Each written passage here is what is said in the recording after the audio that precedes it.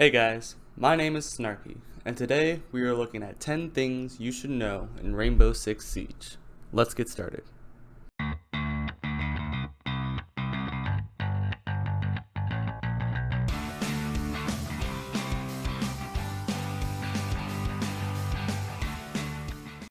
So real quick, for those that don't know, Rainbow Six Siege is a tactical first-person shooter that has now reached its 5th year of operation. It's a game that's set in an attack versus defense setting in a 5v5 team set. There are 3 different game modes: bomb, hostage, or secure area, but each have their own objective to obtain. To win, you have to be the first to 3 wins when playing in quick match, or best of 6 when playing in ranked or unranked. But for today's video, I'm here to give some help to the people who are still somewhat new but have some gameplay under their belt, who feel that they know how to play but are still finding themselves unable to win most games or unable to get the advantage in any given round. These 10 tips I've gathered through my gameplay experience have helped me go from first killed to clutch player. And if you feel like any of these tips might or have helped you like they have helped me, go ahead and give this video a like and hit that subscribe button so that I know if you would like to see more of these in the future. But for now, here's 10 things you should know in Rainbow Six Siege. Tip number 1. Reinforce, reinforce, reinforce. You don't know how many times a single reinforcement has saved me and my team the entire round. As you're on defense, you will have 2 reinforcements to lay out during the prep phase, but just putting them on the closest walls you see isn't always the best choice.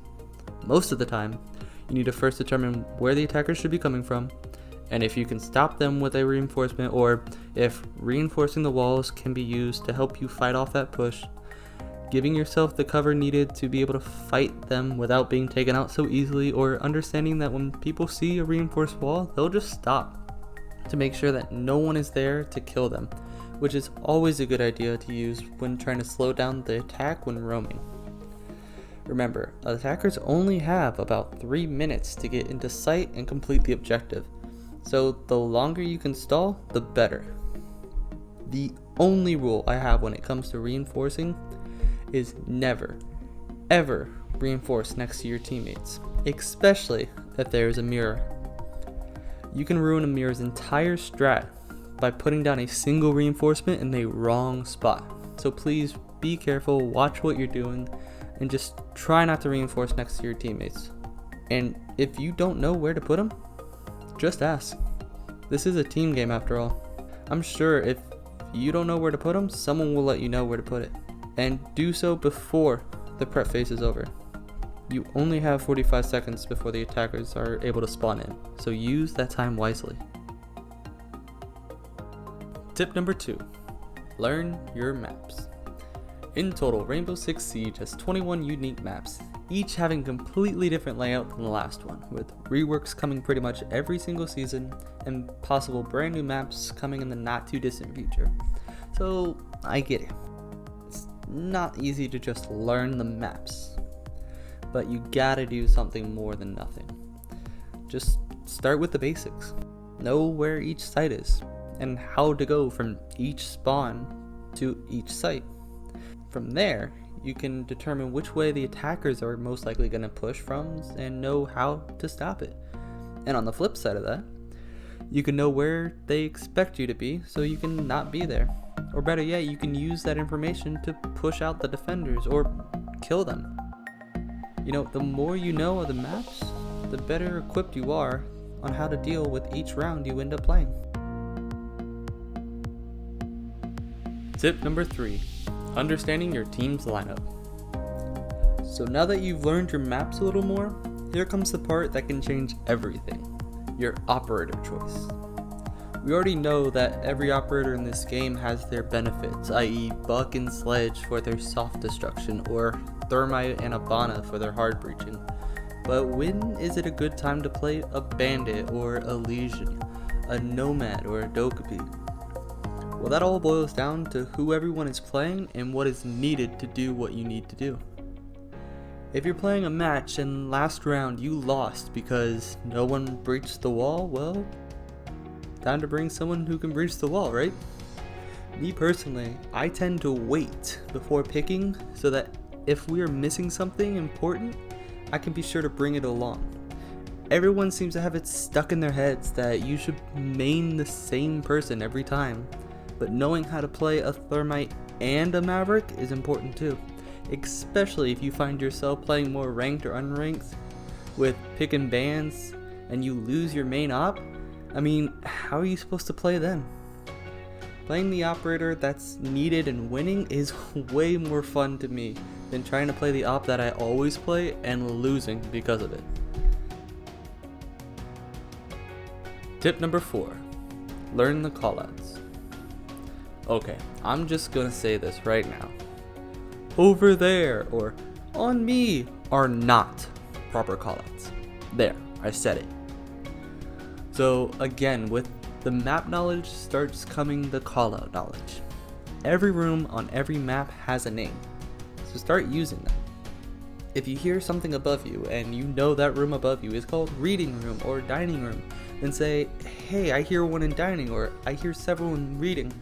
You know, info in this game is important, and if you know something your teammate didn't, that's on you to call it out. But remember, with how fast paced this game can be, information like people's locations and things are good for about 15-20 seconds. Afterwards, it's dead info. So know how to say that. I'll give an example. Let's say you died. Oh no. And it was an Ashe that ran in through the front door of Oregon. Then simply call out Ashe front door, and that's it. If you know how much health she had, then say that too. Ashe front door, 45 HP. Easy. But now let's say that happened about 40-45 seconds ago and someone's asking, hey, where was Ashe? Then say, Ashe front door, last seen. Done. That way, then they know that's all the information you have, but it's not fresh. The best thing you can do when calling anything is being as clear and exact as possible, but in a short and sweet message.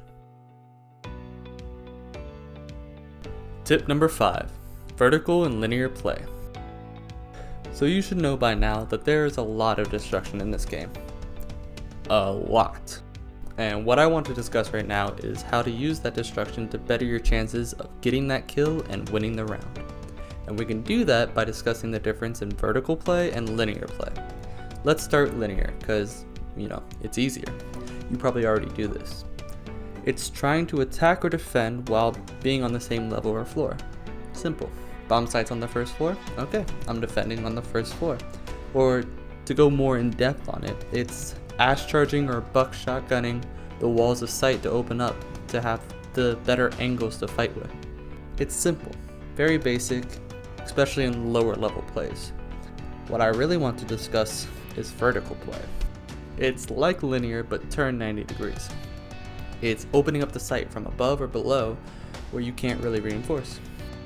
Remember a time where you tried to get into a site, but the enemy was hiding behind something in the corner of the room next to the reinforced electrified wall, and he is just murdering your whole team and nobody seems to be able to get that right angle on him? Well, let me ask you, what would have happened if you had gone upstairs and opened up the floor above him and just dropped a grenade in? Do you think he would have moved then? Now imagine if you had a teammate be able to push in at the same time you did that. Sounds a lot easier to me, right? And I bet the person that was behind that box never saw that coming. So when it comes to attacking or even defending in certain situations, try to think about all your options and how to get around your enemy. Tip number 6, know where to play. This tip is less of a getting better tip and more of a not getting as tilted tip. And it's about playing where you want to play based off of what you are wanting to achieve. Rainbow Six Siege has several different game modes along with different skill levels to play them at. Want to play hostage or secure area? Then go play some quick match. Feel like playing bomb? Well, now we have some choices. You can play quick match with your friends against people who could be better than you, could be brand new to the game, or most likely on the same skill level as you, but nothing's really there to force that. Want to really start getting better? Start playing ranked. You may have to get through a couple rough or super easy matches, but soon you will be set against people who should be on the same skill level as you, which can be very challenging at times. But as you get better, you'll start to move on to more and more people who are more and more skilled than you were, and so on. But understand that there are times you may want to try hard, and other times you'll just want to chill and goof off. Just be sure you are playing in the right areas to be able to do the things you want without being tilted or tilting others. Tip number 7, warming up. Another Siege exclusive is that Rainbow Six Siege offers a game mode called Training Ground, which everyone refers to its old name of T-Hunt. It was a way for new players to practice against bots to be more prepared for their first real match against other players. But now, like the ever-evolving meta of this game, so too has the purpose of T-Hunt, which is that people have taken to playing T-Hunts to just simply warm up the aim and move their operator around, or getting adjusted to the different recoils of different guns. Is it perfect? No. But does it help? Absolutely. Next time you go to play, try giving yourself a round or two of T-Hunt with your favorite op, or better yet, use the op you feel you do the worst with. Who knows, you might figure something out and be able to fix it. Tip number 8, listening.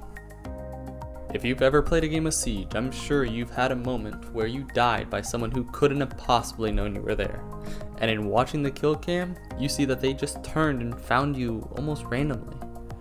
And now you're sounding like the kid who cried hacker, but odds are I'm sure they were not hacking. Instead, they're probably doing something much better. Listening. Yeah, trust me, it's true. Audio in this game is the biggest thing when it comes to making your next move. Try this. Next time you play, I want you to finish setting up site and then just run into a different room and just listen. You'll find out you'll get more information out of that than most teammates you will ever play with. And there are some things you can also do to help yourself. One trick I do is if the site has outside windows on it, I will shoot exactly 5 shots into the window in 5 different panels. Why? Well, it's enough to break the glass on the other side without damaging the wood panels on my side. And in doing so, I can hear any repelling a lot clearer. Watch.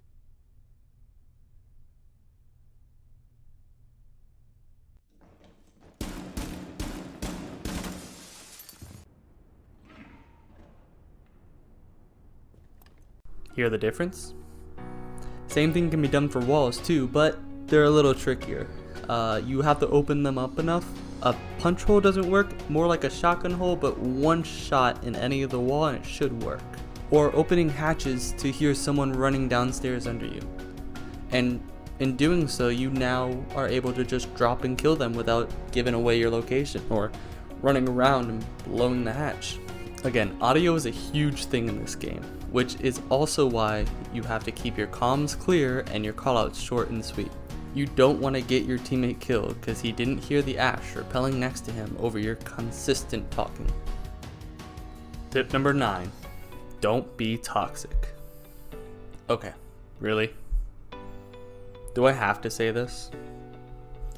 You know how many games I've played where I won't get a single call out from the other 4 players, but into round 3 or 4 I lose the round because I couldn't clutch a 1v5 that while I tried to roam when they just rushed site and took over.